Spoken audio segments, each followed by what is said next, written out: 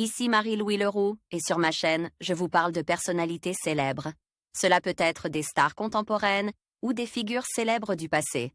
Abonnez-vous si ce sujet vous intéresse. Et maintenant, passons à la célébrité du jour. Bonjour à tous.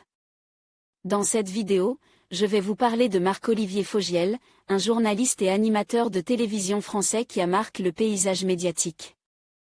Nous allons explorer son parcours, ses réalisations et son impact sur le monde de l'information.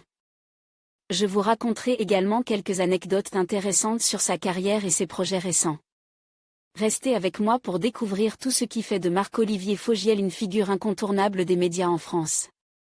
Marc-Olivier Fogiel est né le 5 juillet 1969 à Neuilly-sur-Seine. Fils d'un chirurgien dentiste, il a une sœur, Marianne et un frère, Jean-David. Son bac en poche, il s'inscrit à l'université et décroché en 1988 un doc d'économie. Parallèlement, à 16 ans, l'adolescent déjà féru d'information et de radio donne les résultats hippiques sur RTL. L'année de son DUG, Marc-Olivier est engagé par Patrick Sabatier, son idole, qu'il croise régulièrement dans les couloirs de la station radio. Il devient son assistant de production, sur les émissions Avis de recherche et Tous à la une, diffusées sur TF1.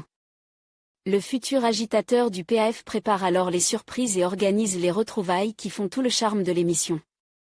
En 1992, il fait sa première apparition à la télévision et tient une chronique dans l'émission présentée par Michel Denisot, Tel dimanche sur Canal+. Puis la chaîne lui confie sa propre émission en 1996, TV+, avant de présenter Un an de plus à partir de 1998.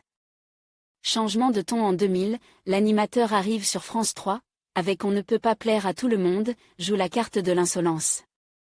Et reçoit les invités du talk show Sans les ménager. L'émission réalisait de bons scores d'audience et reste à l'antenne pendant 6 ans. L'image de l'animateur, parfois jugé trop agressif en interview, lui vaut une marionnette affublée d'une hyène au guignol de l'info. En 2006, il rejoint M6 et présente T'empêcher tout le monde de dormir, qui reprend les grands principes du talk show de France 3. En mai 2008, à l'approche du mercato des chaînes, Marc-Olivier s'apprête à résigner avec M6 quand Alexandre Bompard réussit à le convaincre de rejoindre sa station radio. En septembre, l'animateur arrive aux commandes de la matinale d'Europe 1 et cesse toute autre activité télévisuelle afin de se consacrer à son émission Europe 1 Matin. Il collabore alors avec l'humoriste Nicolas Canteloup qui y tient la chronique La Revue de Presque. Le pari est relève, la matinale gagne 300 000 auditeurs quelques mois après son arrivée. En septembre 2012, il fait un retour sur la radio de ses débuts, pour animer 2 émissions, RTL Soir et On refait le monde où il succède à Christophe Ondelat. En février 2015, il revient sur le petit écran et ressuscite l'émission d'Henri Chapier, Le Divan, sur France 3. En avril 2019, il annonce son départ de France 3 et de RTL, pour devenir directeur général de BFM TV à partir de juillet 2019.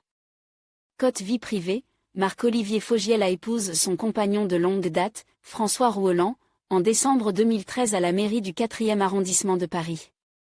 Le couple a 2 filles, Mila, née en avril 2011, et Lily, née en avril 2013, née de mère porteuse aux États-Unis. En conclusion, Marc-Olivier Fogiel est une figure emblématique du paysage médiatique français. Son parcours, marqué par des interviews percutantes et une approche innovante du journalisme, a su captiver un large public.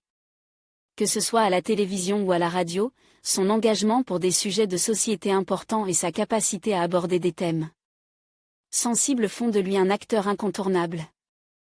Merci de nous avoir suivis dans cette exploration de sa carrière et de son impact sur les médias.